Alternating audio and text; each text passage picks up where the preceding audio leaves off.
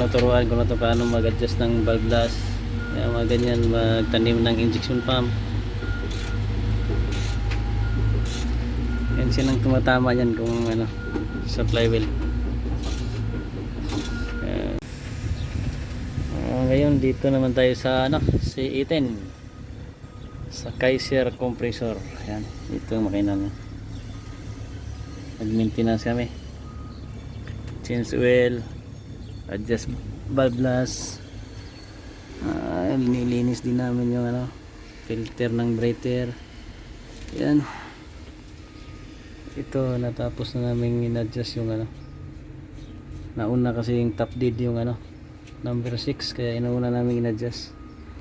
Tapos nag-check din kami dito sa ano, sa injector height nya, or yan, 1 to 4 yung titingnan natin dito kasi sa nakatap tayo sa ano, number 6. Yan, hindi ko na ginalaw, gawa ng hindi naman siya ano, hindi lumayo. Ito yung ano natin, panukat natin na ano, tools. Yan, pero yung sa valve ang ano, intake na 5, ito walang clearance. Saka Istani Yusuf mapi, sita 6 na ano, 6 na ang tawag nito na intake, walang clearance, kaya ikuti namin uli ngayon para sa number 1, top lead number 1 naman kasi nauna ang number 6. Yan, inikot namin ang kasama kong ano, local number 1 mechanic. Number 1 mechanic yan, training ko yan. Kung baga wala na ako dito sa ano, sa kumpanya, di mayroon na silang ano, pang bato na lokal.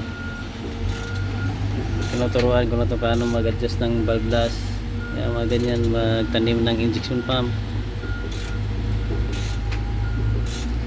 Yan sinang tumatama yan kung ano, sa flywheel. Natama na yan, sipag yung bata na yan.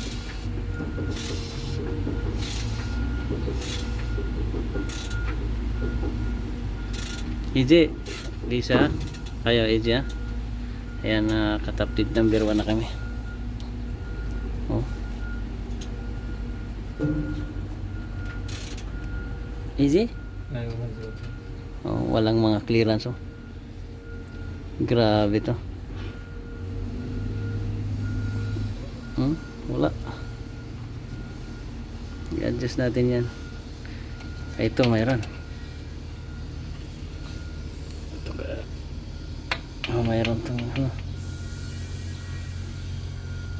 wala, maraming walang clearance. I-adjust muna namin to. I-check ko muna yung ano, sa injector height nya.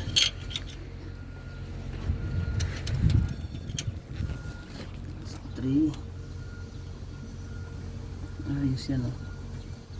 5.6 ang huli, 1.24 yung kanina.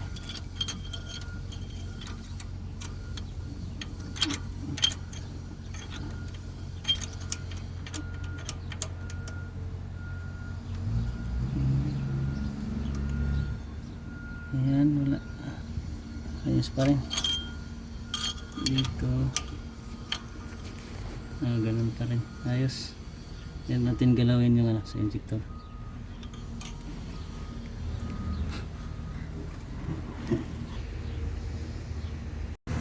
Ang sikip, nandito kami sa ano, sa loob ng engine ano to, tawag nito, engine bay ba to, engine room. Sikip na compressor kasi ito eh, sa ano, Kaiser na compressor, kaya ang sikip dito sa loob. Yan na, natapos namin, nagka-clearance na intake na uno, exhaust. Technodos. 3 na exhaust, intake na 4, 5 na exhaust. Ayos na.